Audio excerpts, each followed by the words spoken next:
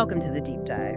Today, we're really plunging into the world of sun bear conservation across Southeast Asia. We'll be focusing quite a bit on Borneo and Myanmar. Yeah, we've got some interesting sources lined up. There's a Manga Bay piece on conservation efforts in Borneo. Some pretty powerful reports from World Animal Protection on the bear bile industry. Right, and that Myanmar Sun Bear Conservation Action Plan, too. Exactly, from Instituto Oikos, plus a WWF report on, well, the online wildlife trade, which is a growing problem. So our mission today is pretty straightforward, isn't it? We want to understand the threats these bears are up against and look at the different ways people are trying to protect them. And for you, the learner, if you want to get up to speed quickly, but, thoroughly, and have those aha moments without feeling swamped, well, that's what we're here for. We've dug into it. And in the digging, we'll pull out the key stuff, the surprising facts, and try to connect the dots for you. Give you that clear picture. Exactly. A clear, engaging picture of sun bear conservation.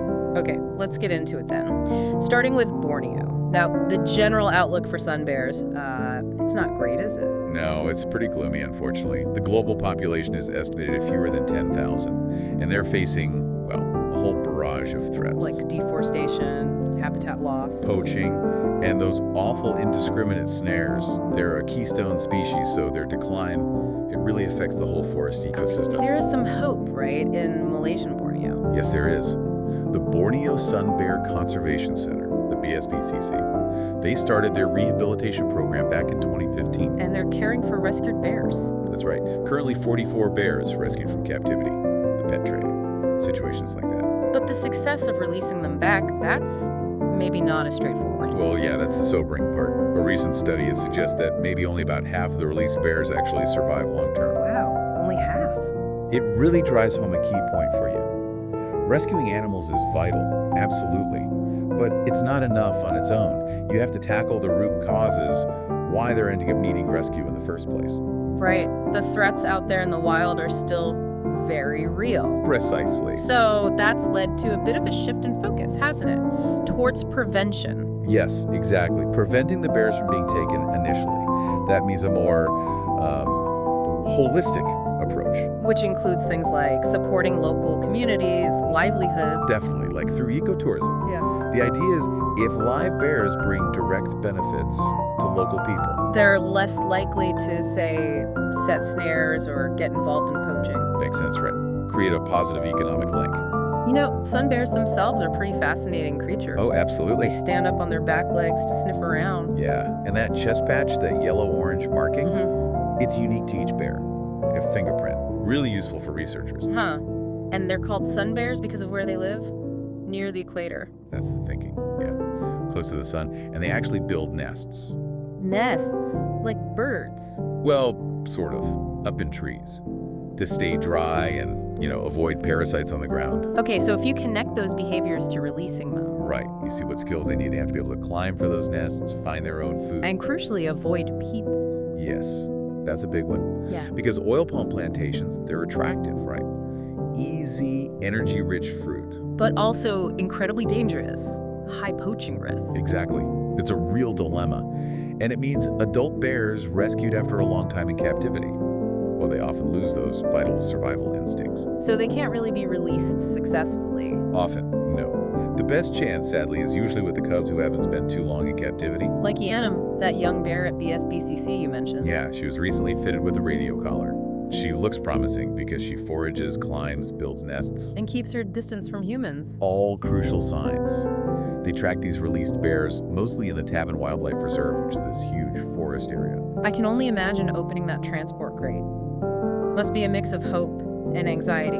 Definitely. And it brings up that question about effectiveness again. The goal is always for them to live wild and free. But the reality can be harsh. It can. The tracking shows some bears starve, sadly. Others get into fights with wild bears. Territorial disputes? And some just disappear, especially near those oil palm plantations. Likely poached. That's the strong suspicion. So the BSBCC is looking into things like soft release, providing some support after release. And they need more data, right, on the wild population. Desperately, to know where best to release them, what the carrying capacity is, all that.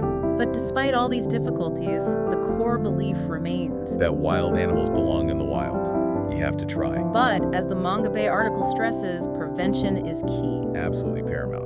protecting the forests, educating communities, offering those alternative livelihoods like ecotourism. It's all connected. We saw that during the COVID lockdowns in Sabah, didn't we? We did. Tourism dropped, people relied more on forest resources. And suddenly there was a spike in rescued bears. Yeah. It just highlights that fragile link between people's economic situation and conservation success. Okay, let's shift gears now because there's another really dark side to this. Yeah, the bear bile industry. It's truly disturbing. The scale is just huge. Immense. Around 24,000 bears estimated to be caged across Asia. Wow. China, Vietnam, Myanmar. Laos, PDR, South Korea too. Yeah. All just for their bile. And World Animal Protection points out the disease risk as well. A massive one. Zoonotic diseases. Remember, something like 60% of emerging infectious diseases jump from animals to humans. And most of those originate in wildlife. Exactly. Handling wild animals in these conditions is playing with fire. And the methods they use for extraction, it's just torture. It is. Metal tubes inserted surgically into their bodies to drain the bile, constant pain, suffering, for years sometimes. It's horrific. So the calls for bans, right? Complete bans on wildlife trade, closure of these biofarms, and importantly, there are alternatives. Plant-based ones. Yeah, readily available plant-based and synthetic alternatives. Yeah. There's absolutely no need for this cruelty. Is there any good news on this front? Any progress? There is some, thankfully. Vietnam and South Korea, for instance, they've banned eating wild animals. And South Korea is actually committed to ending bear biofarming completely by 2026. Okay, that's significant. It is. And Vietnam has also really reduced the number of bears on farms. But China is still a huge issue. The biggest, yeah. Estimates are still around 20,000 bears being used for bile there. So groups like World Animal Protection are working on the ground. Yes, partnering with local groups, trying to stop the exploitation, improve welfare where they can, push for stronger laws, raise awareness, and rescue bears when possible. Let's turn to Myanmar now. You mentioned that action plan. Right, the Sun Bear Conservation Action Plan for 2020 to 2029. It's quite comprehensive. Myanmar actually has 2 bear species. Remember the sun bear and the Asiatic black bear? And both are threatened. Both are, yeah. Hunting, habitat loss, Yeah. the usual suspects, unfortunately. So this plan, it has specific goals. It does. 12 objectives, lots of specific actions over the 10 years. Things like reducing illegal exploitation, better enforcement, livelihood support for communities, Habitat protection, population monitoring. and public awareness. It covers a lot of ground. What does it say about the population trend in Myanmar? It's stark. They estimate a 35% decline in the last 30 years. Wow. And they project maybe 40% more decline in the next 30 years if things don't change. That's alarming. What's driving the poaching there? Mostly demand for trade and traditional medicine, Yeah. gallbladders, other body parts, and cubs too, sadly, for the pet trade or to stock those biofarms we just talked about. And snares are a big problem there A too. very common method, indiscriminate and devastating. And deforestation. Myanmar's rate is high, isn't it? One of the highest globally, yeah. Agriculture, timber extraction, it's hitting sun bear habitat hard. The plan also mentions human-bear conflict. It does. Though actual attacks are apparently rare, there's a perception that they can be aggressive. Which can lead to people killing them just in case. Exactly. Retaliatory killings.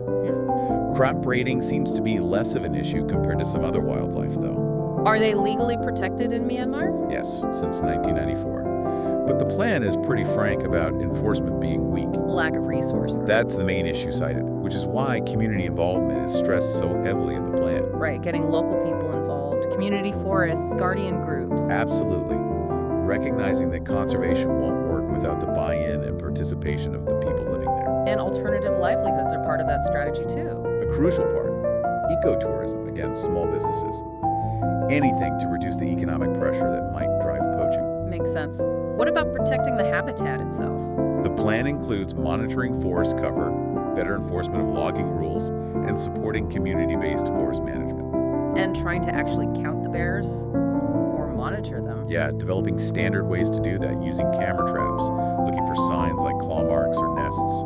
Getting better data is key. Collaboration seems to be a big theme. A very big theme.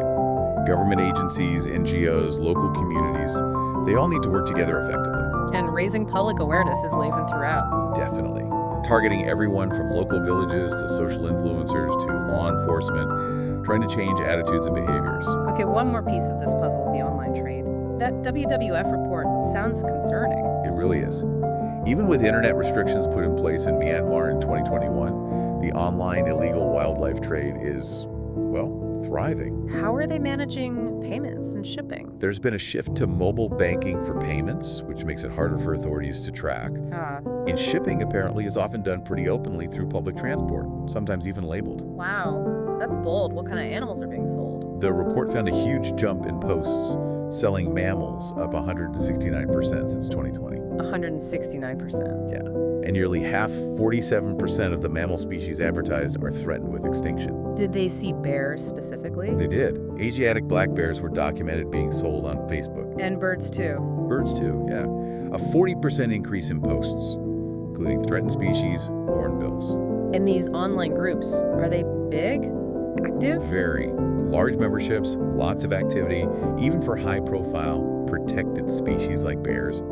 Yangon and Mandalay seem to be major hubs for this trade. Do they have any idea of the value? It's hard to pin down exactly, but even based on just the posts they analyze, they estimate the real value is probably 2 or 3 times the MMK 158 million they can directly track.